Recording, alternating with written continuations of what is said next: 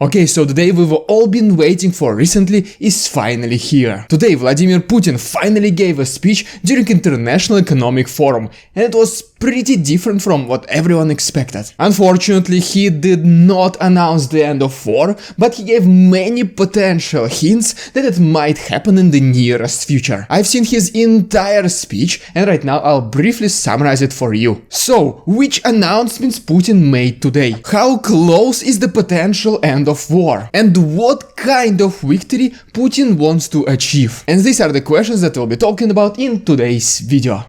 What's up, investors, Colin Webster and people of Reddit, it's the Russian dude, and this is your daily update on Russian-Ukrainian war as of Friday, June 17th. You can see the main events of the day to my right, along with the timestamps. And happy Friday, everyone. Okay, ladies and gentlemen, here we are. The brief summary of speech that Vladimir Putin gave during International Economic Forum in St. Petersburg, Russia. One of the biggest expectations was that he was probably going to announce some kind of end of the war in some form of it. Well, unfortunately, this did not happen, but nevertheless, he made several very important other statements, and what's even more, some government representatives who are participating in this economic forum, they were against what Putin was saying, and they were showing and saying this to the face of Putin. So please stay for this segment, because we have potentially another country for liberation by Russia. Okay, so first of all, Putin was obviously speaking about the sanctions against Russia. This is the economic forum after all. He was basically saying that all these sanctions do not make any sense at all,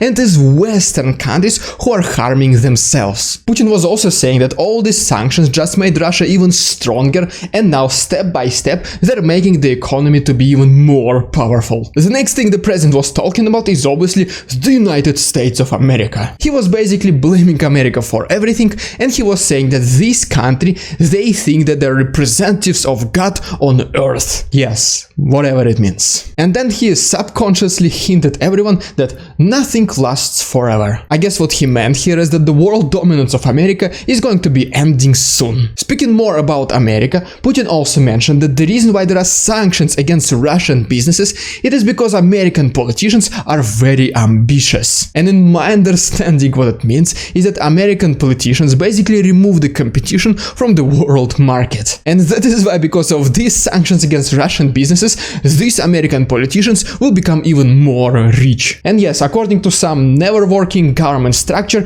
rich people must always share their wealth with poor people. Alright, so after specifically talking about America, Putin started talking about other Western countries in general. He was basically saying that these countries, that are trying to change the history, and all the people, they live in some kind of a dream world. And because of this, they don't want to notice obvious things, such as Nazis in Ukraine. And it was Russia, and Russia alone, who saw this coming, one of the first countries around the world, and it was Russia who started helping Western countries to not spread Nazis in Europe. And then, since we already mentioned Ukraine, Putin was talking about that Russia has nothing against Ukraine joining the European Union. But if you remember, back in 2014, this is exactly while the entire Maidan revolution started. For those of you who do not know, Ukraine was basically about to join the European Union, and Putin said to Viktor Yanukovych, the current president of Ukraine at that time, "No, Viktor, don't do it." So Viktor Yanukovych turned around his plane, and it obviously made the people of Ukraine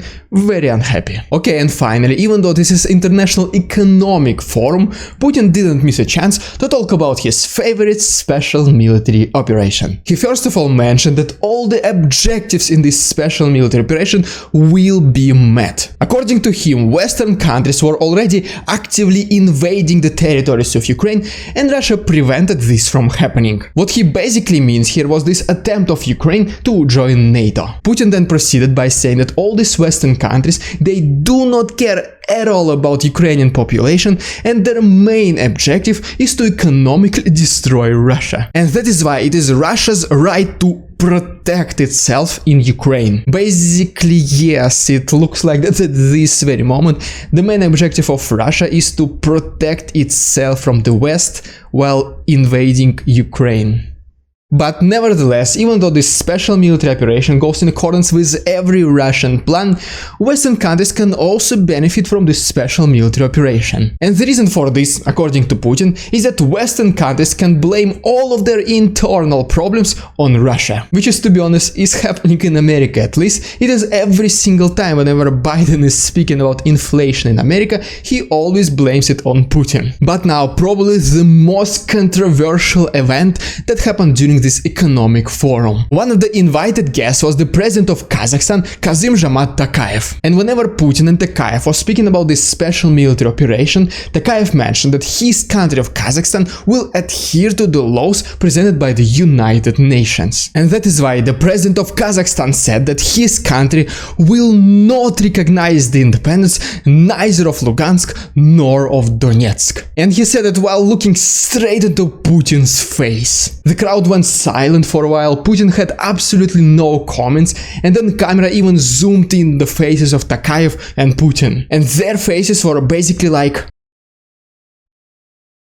So does this mean that somehow in the nearest future Russia will find Kazakh Nazis in Kazakhstan? And because of this, Russia will be forced to protect itself on the territory of Kazakhstan. And I guess we shall see it soon enough. And so now to sum up the entire speech of Putin. First of all, Russia is obviously the greatest country in the world, sanctions do not do anything at all, and we are basically self-sufficient. Second is that America and Western countries are only harming themselves by not letting Russia finish their own special military operation. And third is that potentially Russia might announce the end of the war in the nearest future. And the reason for this is because many Russian politicians already understand that time is on Ukraine's side. And even though Putin himself does not acknowledge this yet, it is very well understandable that as soon as Ukraine gets all these offensive weapons, the situation will change. And because of this, Russia will most likely try to accomplish some things by making some minor victories and call it an end of the war. And among these things, for example, can be the liberation of the city of Severodonetsk and Mariupol. And the reason for specifically these two cities, it is because Mariupol was the location of the biggest Ukrainian Nazis, and the city of Severodonetsk is where Russian citizens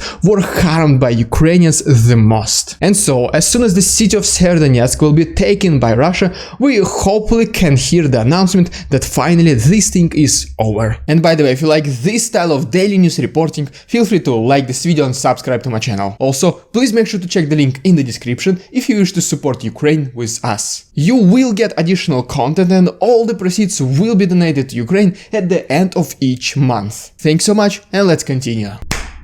Welcome to another episode of Ridiculous Russian Propaganda. And today we have this statement by Nikolai Patrushev, who you already know is the potential successor for Putin, who says that he is strictly against Russian students studying in Western colleges. He basically says that as soon as Russian people go abroad to get education, their mindset they switch, which in normal person understanding means that these people they see that regular people in the West they live like regular people. They are not against Russians, they are not killing Russian kids, and they are pretty actually friendly. Which is exactly the opposite from what Russian propaganda tells everyone on TV. Well, this is quite understandable, but unless Nikolai Patrushev didn't make another statement in addition to this one, this will not be included in Ridiculous Russian Propaganda. So what he means is that according to his intelligence, all the universities in the West, especially in America, as soon as they realize that this student is from Russia,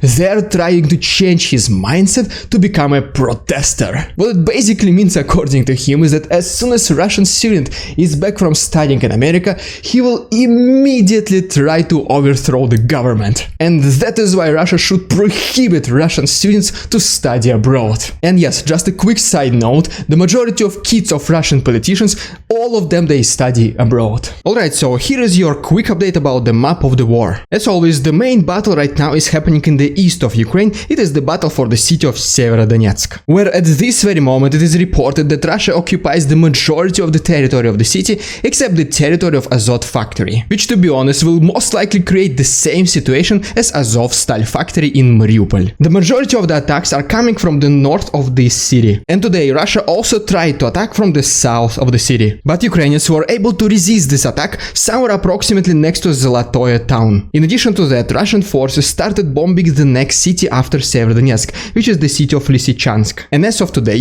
the city of Lysychansk is under full control of Ukrainian army. Another direction where Russian forces are trying to attack is from the city of Izum. The main direction of the attack goes towards the city of Slavyansk, and it is reported that the army of Ukraine was able to resist these attacks as well. In addition to that, Ukrainian army is getting very close to the city of Izum from the west of this city, and it is estimated that in case Ukraine will be able to retake the city of Izum, Russia will lose its reinforcements from the west of this territory. Now let's zoom out a little bit. Today it has been reported that Ukrainian forces were able to destroy the military warehouse of Russian army in the city of Donetsk. And if you remember, this city and basically the entire region is under the control of Russian army, which basically means that this is one of the first successful counterattacks of Ukrainians against the region of Donetsk. But there are several reports that Russia resumed its attempts to retake the city of Kharkov, and the majority of attacks are coming from the north and northeast of this city. At this very moment, Ukraine is resisting the majority of these attacks, that is why this region is relatively safe. And finally, the most successful region for Ukrainian forces so far is the south of the country. A couple of days ago, Ukrainian forces were able to destroy the Russian military warehouse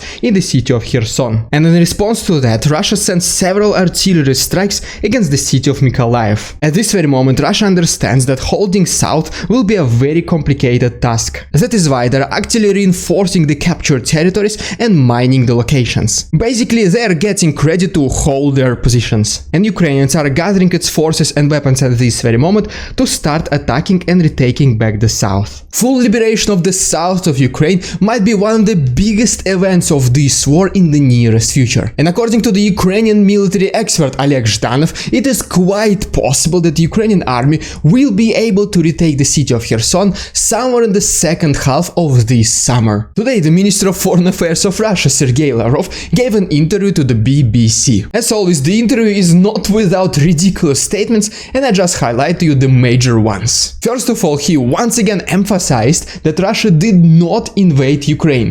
It only declared a special military operation. And I guess it's up to you to tell the difference. The second statement that he made is that all these provocative videos about Russian army, especially the events that happened in Bucha, are basically fake news. And the third thing he was talking about is about these 3 mercenaries that are currently in Donetsk Republic and facing death penalties. He said that these are mercenaries, they are fighting against Russia, they are terrorists, that's why they deserve death. Just perfect words from the international diplomat. So many of you already know about these claims that Russia is basically stealing Ukrainian wheat. And to be honest, recently more and more facts show that these claims are most likely true. And specifically what I'm talking about here is these satellite images that show exactly the same Russian ship that left one of Ukrainian ports and now it is located in Syria. And yes, this is the Russian ship which was transporting Ukrainian wheat. And now the question would be, why would Russia send the wheat to Syria? And surprisingly, the answer is not that difficult. Because recently it was reported that Syria will recognize the independence of Lugansk and Donetsk regions. So it's basically like trade alert. You get the wheat, we get your support. Today, the Minister of Foreign Affairs of Russia, Sergey Lavrov, mentioned that those demands that Ukraine presented during peace talks back in March of this year were actually quite satisfactory for Russia. Which is just once again is another confirmation is that Russia is looking forward to end this war as soon as possible. Because if you remember, the position of Russia in March was something like, we need Crimea, we need Donetsk, we need Luhansk, we need no Nazis in Ukraine, and in fact, we don't speak with terrorists at all. And now when Russia realized that invading Ukraine is not that easy, the position changed significantly. Especially because now the position of Ukraine is that we will take back Crimea, we will take back Lugansk and Donetsk, and there are no Nazis in our country. And so, like mentioned in my several past episodes, I think that Russia is quite realizing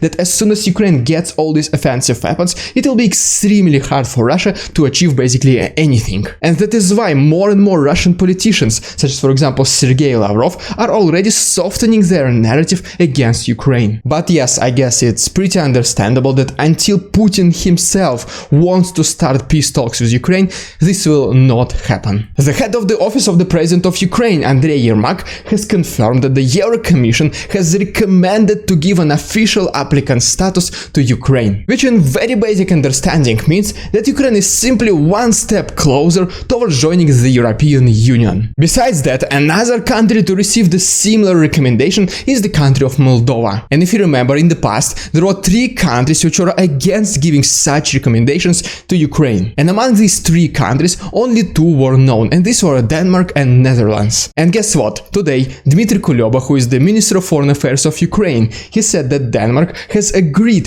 to give Ukraine the official European Union applicant status. But yes, most likely it will take several years for Ukraine to fully join the Union. But at least now we have the green light from Putin himself, who said that Russia is not against Ukraine joining the European Union. Alright, so one of the first things that are being sanctioned in Russia are the banks. And recently it got pretty ridiculous. So we have one of these major banks in Russia, which is called Tinkoff Bank. And by the way, recently this bank was taken away from its creator and bought by another oligarch. And the reason why this bank was taken away, it is because the creator did not support this special military operation. And so right now this bank says that the minimum amount for the SWIFT transaction will be $20,000. And by the way, this rule came into effect yesterday. Basically just like almost everything is done in Russia. But that's not the worst part of this. And so the worst part about this is that all the incoming SWIFT transactions will come with either 3% fee or $200 fee. And in this case there are no limits for how much money people can send